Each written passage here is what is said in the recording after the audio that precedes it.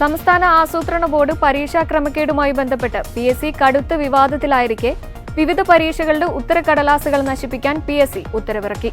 1 മുതൽ ഡിസംബർ 31 വരെ rank list പ്രസിദ്ധീകരിച്ച തസ്തികകളുടെയും അവയോടൊപ്പം പൊതുപരീക്ഷ നടത്തിയിട്ടുള്ളതുമായ OMR വിവരണാത്മക പരീക്ഷകളുടെയും ഉത്തരക്കടലാസുകളാണ് നശിപ്പിക്കുന്നത്.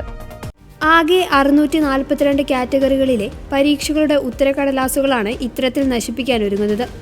1961 കേരള ഡിസ്ട്രിക്ഷൻ ഓഫ് റെക്കോർഡ്സ് നിയമത്തിന്റെ 2ാം വകുപ്പ് പ്രകാരമാണ് PSCയുടെ ഈ അടിയന്തര നടപടി.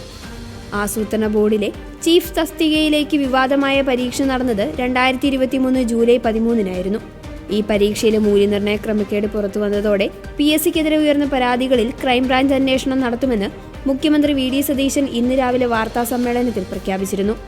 സർക്കാരിന്റെ ഈ നിർണായക അന്വേഷണ പ്രഖ്യാപനം വന്ന് മണിക്കൂറുകൾക്കകമാണ് ഉത്തരക്കടലാസുകൾ നശിപ്പിക്കാനുള്ള PSCയുടെ ഉത്തരവ് പുറത്തുവന്നിരിക്കുന്നതെന്നത് ശ്രദ്ധേയമാണ്. മുൻകാല പരീക്ഷകളിലും ക്രമക്കേട് നടന്നിട്ടുണ്ടോ എന്ന ആക്ഷേപവുമായി പ്രതിപക്ഷ സംഘടനകൾ രംഗത്തുള്ള സാഹചര്യത്തിൽ PSCയുടെ ഈ പുതിയ നീക്കം വരും ദിവസങ്ങളിൽ കൂടുതൽ രാഷ്ട്രീയ വിവാദങ്ങൾക്ക് വഴിവെച്ചേക്കും.